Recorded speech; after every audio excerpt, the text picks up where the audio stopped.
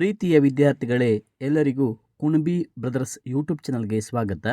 ಈ ಒಂದು ವಿಡಿಯೋದಲ್ಲಿ ಆದರ್ಶ ವಿದ್ಯಾಲಯ ಮತ್ತು ಮೊರಾರ್ಜಿ ದೇಸಾಯಿ ಈ ಒಂದು ಪರೀಕ್ಷೆಯ ಒಂದು ಪೂರ್ವ ತಯಾರಿಗಾಗಿ ನಾವು ವಿಜ್ಞಾನದ ಒಂದು ಮಾದರಿ ಪ್ರಶ್ನೆ ಪತ್ರಿಕೆಯನ್ನು ಈ ಒಂದು ವಿಡಿಯೋದಲ್ಲಿ ಬಿಡಿಸ್ತಾ ಹೋಗೋಣ. ಈ ಒಂದು ಪ್ರಶ್ನೆ ಪತ್ರಿಕೆಯು ಹಿಂದಿನ ಒಂದು ಕೆಲವೊಂದು ಪ್ರಶ್ನೆಗಳನ್ನು ಸಹ ಒಳಗೊಂಡಿದೆ. ಹಾಗಾಗಿ ತಪ್ಪದೆ ಈ ಒಂದು ವಿಡಿಯೋನ ಲೈಕ್ ಮಾಡಿ. ಹಾಗೆ ಇದೇ ಥರ ಇನ್ನೂ ಹೆಚ್ಚಿನ ರೀತಿಯ ಲೈವ್ ಕ್ಲಾಸಸ್ಗಳಾಗಲಿ ಅಥವಾ ಇನ್ನೂ ಹೆಚ್ಚಿನ ರೀತಿಯ ರೆಕಾರ್ಡೆಡ್ ಕ್ಲಾಸಸ್ಗಳಿಗಾಗಿ ನಮ್ಮ ಕುಣಬಿ ಬ್ರದರ್ಸ್ ಯೂಟ್ಯೂಬ್ ಚಾನಲನ್ನು ಸಬ್ಸ್ಕ್ರೈಬ್ ಮಾಡಿಕೊಳ್ಳಿ. ಹಾಗಾದರೆ ಬನ್ನಿ ವಿದ್ಯಾರ್ಥಿಗಳೇ, ಶುರು ಮಾಡೋಣ. ಈಗ ಈ ಕೆಳಗಿನವುಗಳಲ್ಲಿ ಸಸ್ಯಾಹಾರಿಯನ್ನು ಗುರುತಿಸಿ ಅಂತ ಇದೆ. ಹದ್ದು, ಮನುಷ್ಯ, ಆನೆ, ತೋಳ ಅಂತ ಇದೆ. ಇದಕ್ಕೆ ಸರಿಯಾದ ಉತ್ತರ ಬಂದುಬಿಟ್ಟು ಆಪ್ಷನ್ ಸಿ, ಆನೆ. ಮುಂದಿನ ಪ್ರಶ್ನೆ, ಮನುಷ್ಯನ ಸರಾಸರಿ ಜೀವಿತಾವಧಿ ಎಷ್ಟು ವರ್ಷ? 150 ವರ್ಷ, 20 ವರ್ಷ, 60 ವರ್ಷ, 70ರಿಂದ 80 ವರ್ಷ.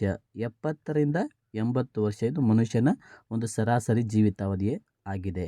ಹಾಗಿದ್ದರೆ ಅತಿ ಹೆಚ್ಚು ಜೀವಿತಾವಧಿಯನ್ನು ಹೊಂದಿರುವಂಥ ಪ್ರಾಣಿ ಯಾವುದು ಅಂತ ಕೇಳಿದಾಗ ಅದು ಆಮೆ ಆಗುತ್ತೆ ವಿದ್ಯಾರ್ಥಿಗಳೇ. ಯಾವುದು? ಆಮೆ. ಅದು 150 ವರ್ಷ ಬದುಕಬಲ್ಲದು.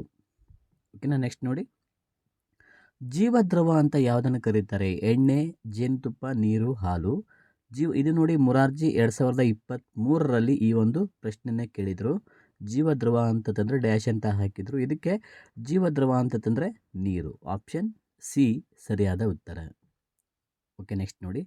ಹಾಗೆ ವಿದ್ಯಾರ್ಥಿಗಳು ಇದೇ ಥರ ನಿಮಗೆ ಇನ್ನೂ ಹೆಚ್ಚಿನ ರೀತಿಯ ವೀಡಿಯೋಸ್ಗಳು ಹಾಗೆ ಲೈವ್ ಕ್ಲಾಸಸ್ಗಳು ಬೇಕಾದಲ್ಲಿ ನಮ್ಮ ಕುಣಬಿ ಬ್ರದರ್ಸ್ ಯೂಟ್ಯೂಬ್ ಚಾನಲನ್ನು ಸಬ್ಸ್ಕ್ರೈಬ್ ಮಾಡಿಕೊಳ್ಳಿ. ಕೀಟಹಾರಿ ಸಸ್ಯಕ್ಕೆ ಉದಾಹರಣೆ ಯಾವುದು? ಬೇವು, ಮಾವು, ಡ್ರಾಸೆರಾ, ಸೇಬು ಅಂತ ಇದೆ. ಡ್ರಾಸೆರಾ, ನೆಫಂಥಿಸ್ ಇವೆಲ್ಲ ಯಾವುದು ಹೇಳಿ? ಕೀಟಹಾರಿ ಸಸ್ಯಗಳು ಆಗಿವೆ. ನೆಕ್ಸ್ಟ್ ನೋಡಿ, ನವೀಕರಿಸಲಾಗದ ಸಂಪನ್ಮೂಲಕ್ಕೆ ಉದಾಹರಣೆ ಯಾವುದಂತ ಕೇಳಿದ್ದಾರೆ? ಸೌರಶಕ್ತಿ, ಗಾಳಿ, ನೀರು, ಪೆಟ್ರೋಲ್ ಅಂತ ಇದೆ.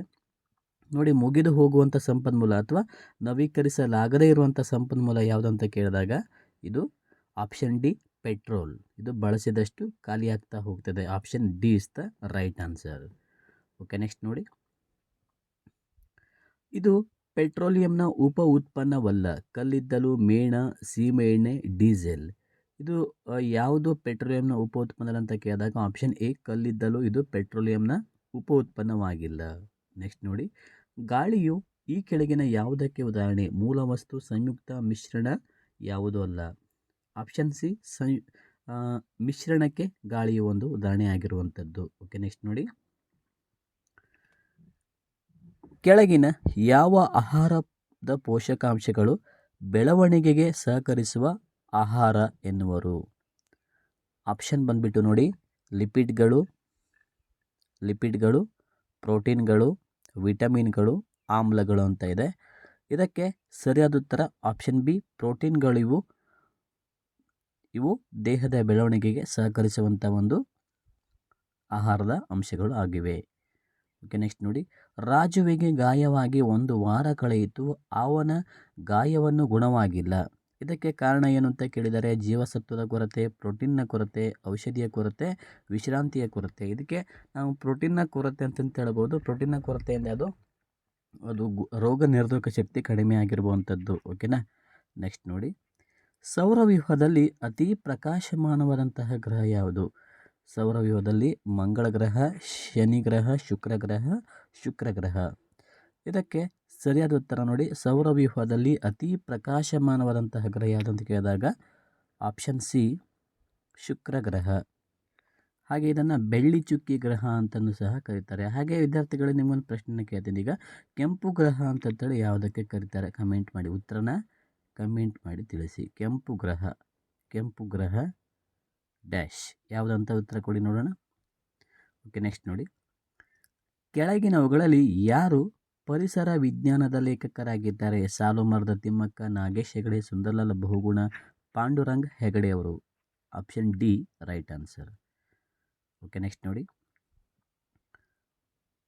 ಸೂರ್ಯ ಮತ್ತು ಭೂಮಿಯ ನಡುವೆ ಚಂದ್ರನು ಬಂದಾಗ ಉಂಟಾಗುವಂಥದ್ದು ಯಾವುದು? ಗ್ರಹಣ, ಸೂರ್ಯಗ್ರಹಣ, ಚಂದ್ರಗ್ರಹಣ, ಹಂತಗಳು ಅಂತ ಇದೆ. ಸೂರ್ಯಗ್ರಹಣ ಉಂಟಾಗ್ತದೆ. ಆಪ್ಷನ್ ಬಿ ಸರಿಯಾದ ಉತ್ತರ. ಓಕೆ, ನೆಕ್ಸ್ಟ್ ನೋಡಿ, ಶೂನ್ಯವನ್ನು ಕಂಡುಹಿಡಿದ ಭಾರತದ ವಿಜ್ಞಾನಿ ಯಾರು? ಶೂನ್ಯವನ್ನು ಕಂಡುಹಿಡಿದಂತಹ ಭಾರತದ ವಿಜ್ಞಾನಿ ರಾಮಾನುಜನ್, ಯು ಆರ್ ರಾವ್, ಆರ್ಯಭಟ. ಇನ್ನೊಬ್ಬರಿದ್ದಾರೆ ನೋಡಿ CNR ರಾವ್ ಅಂತ ಇದೆ ನೋಡಿ. ಶೂನ್ಯವನ್ನು ಭಾರತಕ್ಕೆ ಪರಿಚಯಿಸಿದಂಥ ವ್ಯಕ್ತಿ ಯಾರು ಅಂತ ಕೇಳಿದಾಗ, ಅಥವಾ ಜಗತ್ತಿಗೆ ಪರಿಚಯಿಸಿದಂಥ ವ್ಯಕ್ತಿ ಯಾರು ಅಂತ ಕೇಳಿದಾಗ ಆರ್ಯಭಟ. ಆಪ್ಷನ್ ಸಿ ಸರಿಯಾದ ಉತ್ತರ. ಓಕೆ, ನೆಕ್ಸ್ಟ್ ನೋಡಿ. ಸೂರ್ಯನ ಸುತ್ತಲೂ ಒಂದು ಸುತ್ತು ಪ್ರದಕ್ಷಿಣೆ ಹಾಕಲು ಭೂಮಿಗೆ ಅಂತಾಗಿದೆ, ಭೂಮಿಗೆ ಬೇಕಾಗುವ ಅವಧಿಯನ್ನು ಹೀಗೆನ್ನುತ್ತಾರೆ: 1 ವಾರ, 1 ದಿನ, 1 ವಾರ, 1 ತಿಂಗಳು, 1 ವರ್ಷ ಅಂತ ಇದೆ. ಸೂರ್ಯನ ಸುತ್ತಲೂ ಪ್ರದಕ್ಷಿಣೆ ಹಾಕಲು ಭೂಮಿಗೆ ಎಷ್ಟು ಅವಧಿ ಬೇಕು ಅಂತಂದರೆ ನೋಡಿ, ಇದೊಂದು ಸೂರ್ಯ ಅಂತ ತಿಳ್ಕೊಳ್ಳಿ. ಈ ಸೂರ್ಯನ ಸುತ್ತ ಒಂದು ಭೂಮಿ ಒಂದು ರೌಂಡನ್ನು ಹಾಕಲಿಕ್ಕೆ ಎಷ್ಟು ದಿನ ಬೇಕು ಅಂತ ಕೇಳಿದ್ದಾರೆ? 1 ವರ್ಷ. ಹೌದಾ? ಓಕೆ, ನೆಕ್ಸ್ಟ್ ನೋಡಿ. ಗಾಳಿಯಲ್ಲಿನ ನೀರಾವಿಯ ಪ್ರಮಾಣಕ್ಕೆ ಏನಂತ ಕರೀತಾರೆ?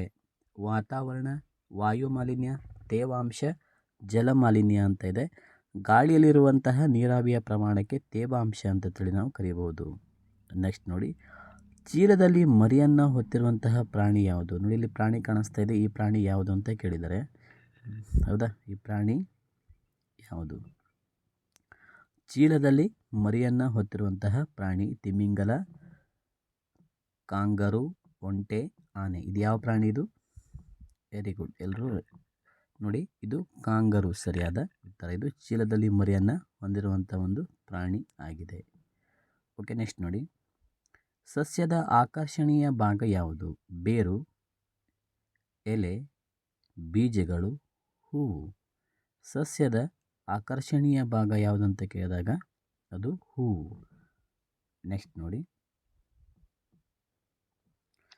ಸಿದ್ಧಪಡಿಸಿದ ಆಹಾರ ಪೊಟ್ಟಣಗಳನ್ನು ಕೊಂಡಾಗ ಗಮನಿಸಬೇಕಾದ ಅಂಶ ಯಾವುದು? ಗಮನಿಸಬೇಕಾದಂತಹ ಅಂಶ ಯಾವುದು ಅಂತ ಕೇಳಿದ್ದಾರೆ. ಆಪ್ಷನ್ ಎ ಬಂದುಬಿಟ್ಟು ನೋಡಿ, ತಯಾರಾದ ಅವಧಿ ಮತ್ತು ಮುಗಿಯುವ ದಿನಾಂಕ, ಆಹಾರ ಸೇವಿಸುವ ಪದಾರ್ಥಗಳು. ನೆಕ್ಸ್ಟ್ ನೋಡಿ, ಆಪ್ಷನ್ ಸಿ ಆ ಪೊಟ್ಟಣದ ಸಂರಕ್ಷಿಸಬೇಕಾದ ಉಷ್ಣತೆ, ಮೇಲಿನ ಎಲ್ಲವೂ ಅಂತ ಇದೆ. ಇದಕ್ಕೆ ನೋಡಿ ಸರಿಯಾದ ಉತ್ತರ ಬಂದುಬಿಟ್ಟು ಆಪ್ಷನ್ ಡಿ, ಮೇಲಿನ ಎಲ್ಲವೂ, ಬಹಳ ಮುಖ್ಯವಾಗಿರುವಂಥವು. ನೆಕ್ಸ್ಟ್ ನೋಡಿ. ನಾವು ಜೀವಿಸುವಂತಹ ಗ್ರಹ ಯಾವುದು? ಯುರೇನಸ್, ಶುಕ್ರ, ಭೂಮಿ, ಚಂದ್ರ. ನಾವು ಯಾವ ಗ್ರಹದಲ್ಲಿ ನಾವು ಜೀವಿಸುವಂತಹ ಗ್ರಹ ಯಾವುದು? ಯುರೇನಸ್, ಶುಕ್ರ, ಭೂಮಿ, ಚಂದ್ರ ಅಂತ ಇದೆ. ಸರಿಯಾದ ಉತ್ತರ ಆಪ್ಷನ್ ಸಿ, ಭೂಮಿ. ನೆಕ್ಸ್ಟ್ ಕ್ವಶನ್ ನೋಡಿ.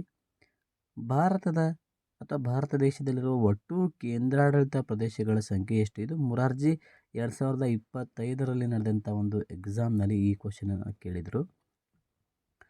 ಭಾರತ ದೇಶದಲ್ಲಿರುವ ಒಟ್ಟು ಕೇಂದ್ರಾಡಳಿತ ಪ್ರದೇಶಗಳ ಸಂಖ್ಯೆ 8, 5, 37 ಅಂತ ಇದೆ. ಸರಿಯಾದ ಉತ್ತರ ಆಪ್ಷನ್ ಎ, 8. ಓಕೆ ವಿದ್ಯಾರ್ಥಿಗಳೇ, ಇಲ್ಲಿಯವರೆಗೆ ಈ ಒಂದು ಕ್ಲಾಸ್ ಕೇಳಿದ್ದಕ್ಕೆ ತಮಗೆಲ್ಲರಿಗೂ ಧನ್ಯವಾದಗಳು. ಇದೇ ಥರ ಇನ್ನೂ ಹೆಚ್ಚಿನ ರೀತಿಯ ಕ್ಲಾಸಸ್ಗಳು ಬೇಕಾದಲ್ಲಿ ನಮ್ಮ ಕುಣಬಿ ಬ್ರದರ್ಸ್ ಯೂಟ್ಯೂಬ್ ಚಾನಲನ್ನು ಸಬ್ಸ್ಕ್ರೈಬ್ ಮಾಡಿಕೊಳ್ಳಿ. ಧನ್ಯವಾದ.